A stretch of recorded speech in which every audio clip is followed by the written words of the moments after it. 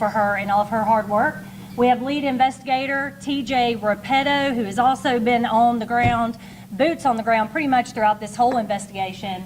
We have Sergeant Kim Hope, who's over our Crimes Against Persons unit, who has led a phenomenal investigation and really brought everything together. And then, of course, Lieutenant Jackson Lawrence, who also has kind of been a pivotal part of this investigation as well, making sure that everything's arranged and everything is flowing like it should. So, as you all remember, I recognize many of you in this room that did come out on the scene that fateful day on February 20th. On the morning of February 20th, 2025, deputies with the Carroll County Sheriff's Office responded to a tragic scene at 1531 Carrollton Tyus Road. They discovered the bodies of James Brock, 45, and Kristen Brock, 41, both deceased from apparent gunshot wounds. From the very moment the 911 call was received, a relentless investigation began, one that would span months, consume thousands of man-hours, and require the full weight of the local and federal law enforcement agency partnerships. Today, we can confirm that an arrest has been made in the case. Kristen Brock's 17-year-old daughter, Sarah Grace Patrick, has been taken into custody and charged with 2 counts of murder and 2 counts of aggravated assault in connection with the deaths of her mother and her stepfather.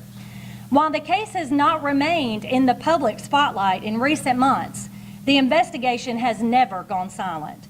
Led by investigator TJ Repetto, our team has pursued every lead, sifted through mountains of physical and digital evidence, conducted countless interviews, and collaborated with agencies such as the FBI, the GBI Crime Lab, and private forensic laboratories.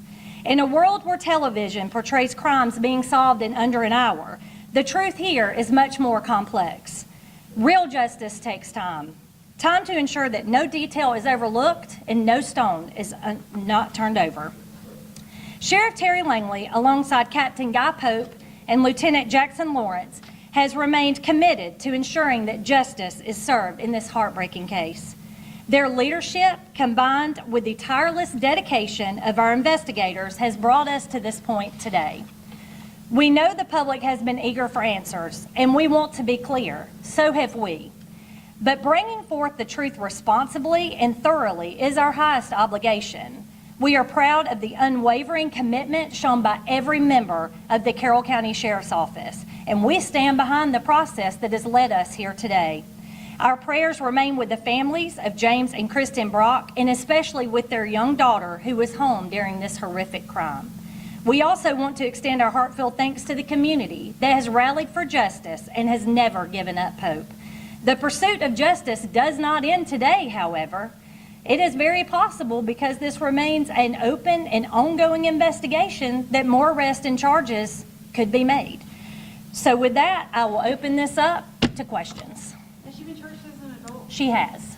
And any idea what her motive was when she gave the confession? We are still working with her diligently. Our investigators have been speaking with her. It is correct that she was the one who made the 911 call, correct? Yes.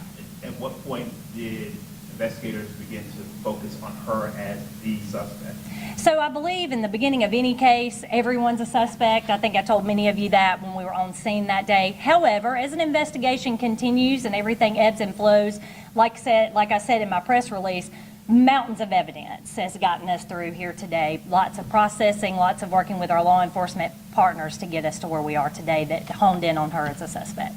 Do you believe that she tried to cover this up in any way over the course of these months? You know, we've even seen some videos on social media of somebody saying, you know, I'm making this message on behalf of the daughter. Do you believe she tried to get people to cover up anything? Considering that she didn't just immediately tell us what happened, yes. But who knows what's going on in a young person's mind like that.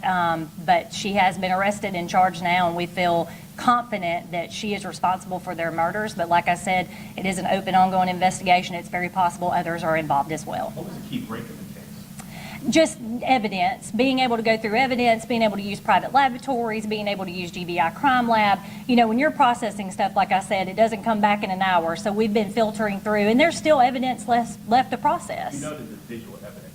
I assume that's text messages, emails. Was there some type of a trail that There's always a lot of evidence. I won't go into exactly what it is because it is an open, ongoing investigation, but we have mountains of evidence. What about the social media and TikTok, that type of stuff, any of that going to be used? That will be up to the prosecuting attorney, and they'll work diligently with our investigators to make, to make the case go forward towards trial or whatever they decide to do. Was that the younger daughter, the youngest child that found them? I believe that, and you speak to this, Kim, the smallest daughter found them that morning, correct? And then she came and told Sarah, and then Sarah made the 911 call. Where was Sarah? Sarah was in the home. No, I mean, in the interim. Where was she staying? Who was she living with? She's 17. She's kind of been out on her own. Was she out on her own at the time?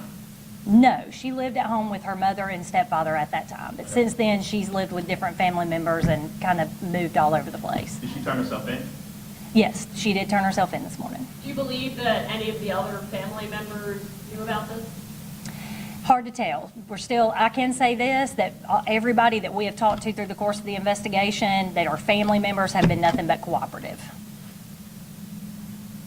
Anything else? Did you do anything after the murder during the investigation that you guys will use in your Like I said, we're still kind of putting all the pieces of the puzzle together, but I can tell you what led us here today, and that's the evidence that Sarah killed her parents. Did she say why she turned herself in? She turned herself in because we notified her she had warrants for her arrest. Did she have any previous charges, any previous calls to that house regarding? Not that I'm aware of, not regarding her, not that I'm aware of. Did she seem remorseful? I have not been personally with her or interviewed her, so I could not answer that question. Though it's a shock to Sure. her family as well, did you get any kind of, were they shocked as well, surprising? Like I said, her family's been very cooperative. I can't imagine as a parent her father brought her up here this morning, she turned herself in. I can't imagine what he's going through, so my heart goes out to him as well. You talked about the family. I know they've been trying their best to keep this in the forefront. Yes. I know you guys are working behind the scenes. Yes. I guess it takes, especially for a case this big, it takes a lot of time to make sure the I's are dotted, the T's are crossed. And you Yes. just speak to that because they've been seeming like on social media that they were frustrated, but it takes a lot to make Yeah, and we understand. I mean, if you don't work in the law enforcement field, like I said, CSI's kind of tainted us where, hey, something happens, it's done in an hour. This is not the case. I mean, and not only that, don't you want the right person arrested? So that's why it takes so long. These diligent investigators took their time. We've got the person that we believe orchestrated this and committed this horrific crime, and that was played through the part of evidence, and that's not something that's processed overnight. Do you know where the weapon was obtained from? I can't speak to that right now. Still investigation. Say that The again? younger child, how old is she? She is 6 years old now. U.S. custody over? She's staying with family. Can you speak to like just how heinous this is? Oh, it's absolutely a shock to our community. Carroll County is a great community. We very rarely have stranger-on-stranger crime here, so I would like to say that we're not a dangerous community. I know that the Tice community that this happened in, those neighbors were really up in arms, as they should have been. Like I said, this has been a process to get us to where we're at today, but we don't know what goes through the mind of a child who wants to harm their parents. So that I can't answer right now, but it is a very horrific and sad case. Was there any evidence of any type of, I don't want to say abuse, but challenges in the home? Still an ongoing investigation. And for anybody, who worked on this case, I don't know if there's ever been any other case like this in any of your careers, or if this is one of a few, but just when the facts, as you say, lead you to this conclusion, is it difficult, or what is that like just as a human, kind of when you follow the facts? Anytime you work a case where somebody's life has been cut short, James is a special case because I believe, according to his family, he had a lot of heart trouble. He'd had numerous heart surgeries.